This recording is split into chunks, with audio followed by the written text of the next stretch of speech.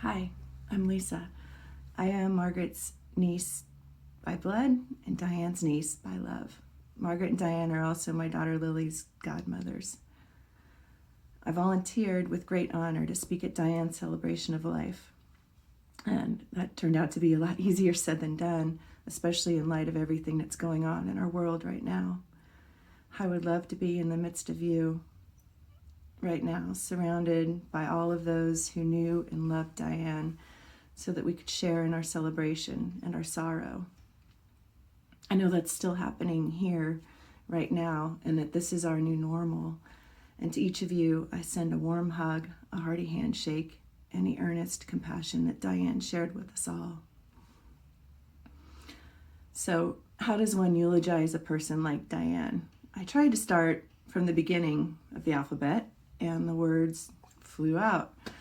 Adoring aunt, astute attorney, accomplished athlete, always an adventurer, animal advocate.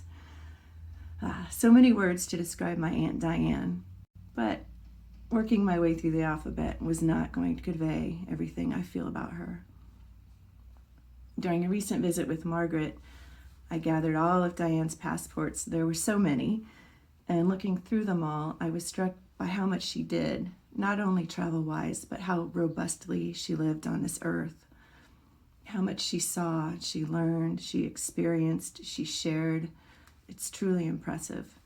Whether she was cycling through Croatia or mentoring bar members, campaigning for Hillary, fostering kittens, safaring in Africa, winning national badminton tournaments, taking the 5th bike ride of the day around Cape May Point with my daughters, escorting President Carter around the Olympics in Atlanta, loving her mother, exploring the Galapagos or Burma or Italy, Israel, Paris, Egypt, Russia, Bhutan. She went everywhere. Whether she was making policy at the FCC or making a new friend wherever she was in the world, whether she was fiercely defending human rights or protesting in front of the White House, breaking marriage barriers, or attending a Star Wars convention, she was always up for an adventure, a trip, an outing. She was interested in just about everything, even cosplay.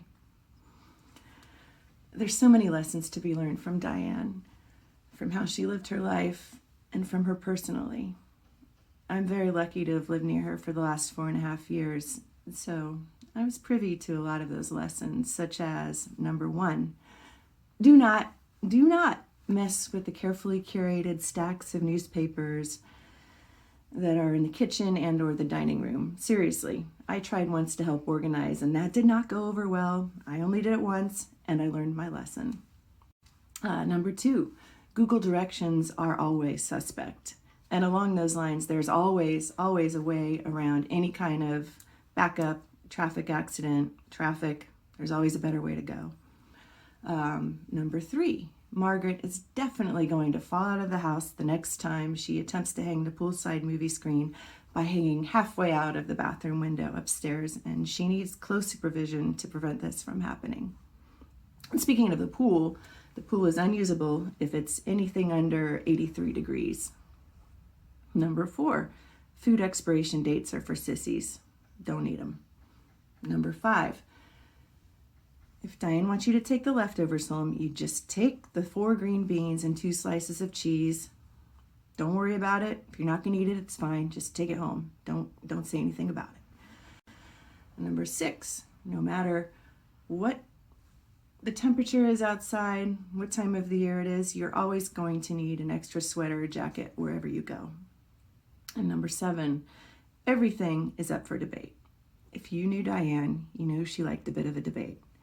I know everyone who's here or who's watching this right now has a Diane story, one that reflects how generous, how intelligent, how kind, how prickly, how enthusiastic, how accomplished she was. We all carry a piece of Diane with us. It's just the kind of person that she was. She's a person who leaves an indelible mark on everyone she's known, on me, on you, and on the world. We are all so lucky to have spent time with her. And when death comes, Mary Oliver writes, when it's over, I want to say all of my life, I was a bride married to amazement. I was the bridegroom taking the world into my arms. When it's over, I don't want to wonder if I have made of my life something particular or real. I don't want to find myself sighing and frightened or full of argument. I don't want to end up simply having visited this world. Diane did not simply visit this world. She embraced it. She traveled it. She nurtured it. She took it into her arms, and she left it a better place.